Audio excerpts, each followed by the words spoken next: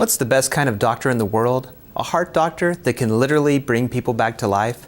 A brain surgeon with the power to unlock one of the most important elements that drive the human machine? Will Rogers once argued, "Personally, I've always felt that the best doctor in the world is a veterinarian. He can't ask his patients what's the matter, he's just got to know." The point of his comment is that unlike the cardiologist or brain surgeon, a veterinarian can't rely on verbal communication to glean clues regarding the patient's ailments. Unfortunately, even when there are no limitations to verbal communication, miscommunication is still common, and the consequences can indeed lead to life or death outcomes. A NASA study once found breakdowns in interpersonal communication were tied to approximately 4 out of 5 aviation accidents over a 20-year period. Preventable medical errors rank within the top 10 causes of death in hospitals, and many of these can be tied to poor communication. These statistics provide evidence for a quip provided by famed Irish writer George Bernard Shaw decades ago when he noted, "The single biggest problem in communication is the illusion that it has taken place."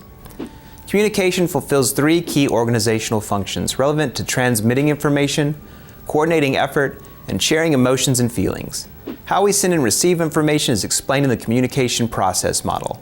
Understanding this model is important knowledge to help individuals understand if they are really getting their message across. Of course, there are many barriers to effective communication that we can identify. We will explore ways to understand and overcome them.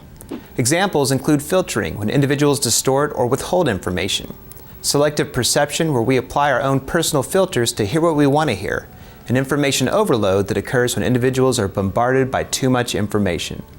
Differences based on gender or cultural interpretations can also impact communication. We also compare and contrast different types of communication and when each type is more effective. For example, although perhaps more time efficient, relying on written communication instead of a verbal message can be extremely insensitive in situations such as a firing decision or a breakup. So we explore the concept of information richness and explain the differences between types of communication. A key outcome of studying effective communication is that the information should help you to develop and improve your own personal communication skills. For example, the use of email has increased dramatically compared to previous generations, so I would encourage you to explore the do's and don'ts of email etiquette before sending out your next message. How you convey information is important, but we also explore listening skills that can help you improve your communication. Effective communication can also be invaluable for those in the dating scene.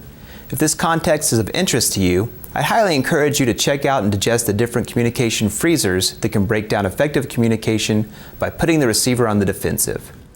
Examples include telling people what to do, using the phrase "or else," judging the person, or making inappropriate or insincere comments.